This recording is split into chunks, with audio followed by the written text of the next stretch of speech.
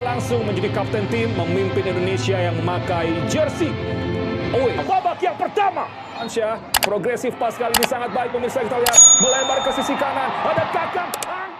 90 menit yang akan menentukan segalanya. Timnas U23 Indonesia harus menantang Korea Selatan. Jika kalah, habis sudah peluang. Jika menang, sejarah tercipta. Pertanyaannya, bisakah Garuda mewujudkannya?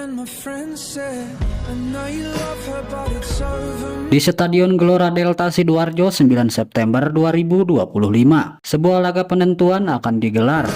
Malam itu, seluruh harapan sepak bola muda Indonesia bertumpu pada satu pertandingan krusial. Timnas U23 Indonesia berhadapan dengan Korea Selatan. Bagi Garuda Muda, inilah partai hidup mati. Pertandingan yang akan menentukan apakah nama Indonesia akan tercatat di Piala Asia U23 2026 atau harus terhenti di babak kualifikasi. Indonesia datang ke laga ini dengan posisi runner-up sementara di grup C. Perjalanan anak asuh Jeral Vandenberg sebenarnya penuh warna. Laga perdana menghadapi Laos berakhir tanpa gol. Indonesia mendominasi dengan 70% penguasaan bola, tapi penyelesaian akhir begitu tumpul. Hasilnya hanya 1 poin. Namun di pertandingan kedua melawan Makau, Garuda Muda bangkit. 5 gol tanpa balas lahir dari kaki Raihan Hanan, Zainadin Paris, Rafael Struijk hingga sebuah gol bunuh diri lawan. Kemenangan telak ini bukan hanya menambah poin, tapi juga kepercayaan diri. Kini klasemen menempatkan Indonesia dengan 4 poin, sedangkan Korea Selatan berdiri kokoh di puncak klasemen dengan 6 poin. Dari 2 kemenangan besar, 5-0 atas Makau dan 7-0 atas Laos. Statistiknya mengerikan, 12 gol dicetak, 0 kebobolan. Di kualifikasi Piala Asia U23 2026, aturan sangat jelas. Hanya juara grup yang langsung lolos. Ditambah 4 runner-up terbaik dari 11 grup. Total hanya 16 tim termasuk tuan rumah Arab Saudi. Artinya jalan Indonesia sangat sempit. Dengan hasil imbang melawan Korea Selatan, Garuda Muda hanya punya 5 poin. Itu hampir mustahil bersaing dengan runner-up lain seperti Iran, Cina, atau Turkmenistan yang sudah mengantongi 6 poin. Kekalahan sudah pasti menutup peluang. Satu-satunya cara adalah menang, mengalahkan Korea Selatan di kandang sendiri. Tapi siapa yang dihadapi Indonesia? Korea Selatan U23 adalah tim yang hampir sempurna di babak kualifikasi.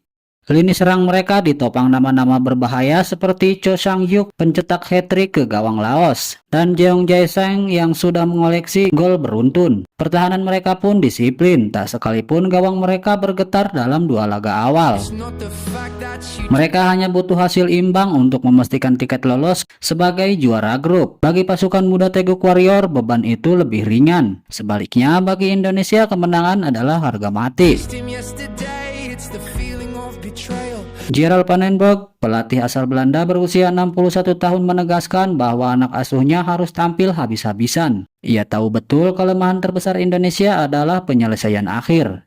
Hal itu jelas saat melawan Laos ketika dominasi bola tidak sebanding dengan kualitas serangan. Namun Vandenberg juga melihat perkembangan positif. Lawan Makau kreativitas lebih hidup. Raihan Hanan, Arkan Fikri hingga Rafael Struijk mulai menunjukkan ketajaman. Dukungan publik di Stadion Gelora Delta juga bisa jadi senjata tambahan. Ribuan supporter akan menciptakan atmosfer yang membakar semangat.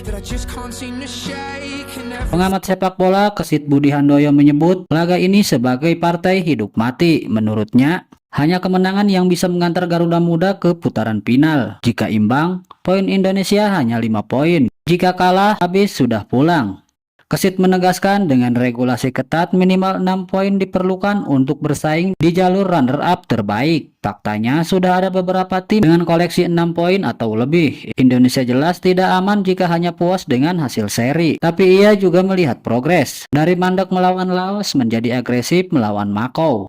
Ada peningkatan determinasi, ada kreativitas yang mulai tumbuh. Hanya saja menghadapi Korea Selatan adalah level berbeda. Tim favorit grup ini punya kualitas individu, kecepatan, dan kedisiplinan tinggi. Pertandingan melawan Korea Selatan bukan sekedar soal tiket ke Piala Asia U23.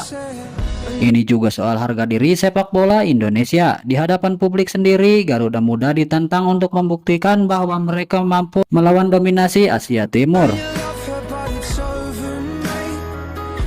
Kemenangan akan menjadi sejarah. Indonesia bukan hanya lolos, tapi juga berhasil menggeser tim sekelas Korea Selatan dari puncak grup. Sebaliknya, kegagalan akan membuat jalan Garuda Muda tertutup, dan generasi ini harus menunggu kesempatan berikutnya.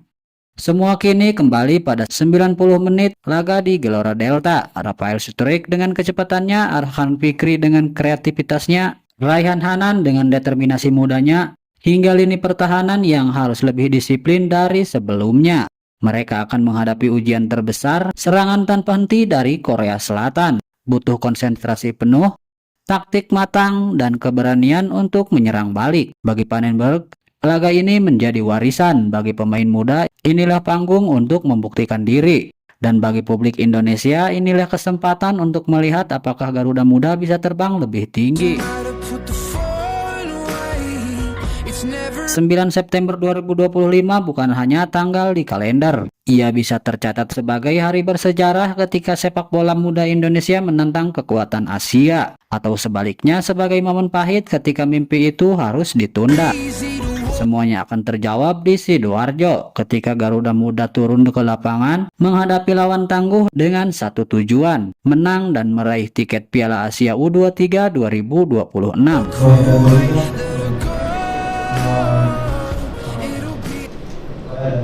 Ya kami berharap sekali mereka datang dan kami karena itu menjadi semangat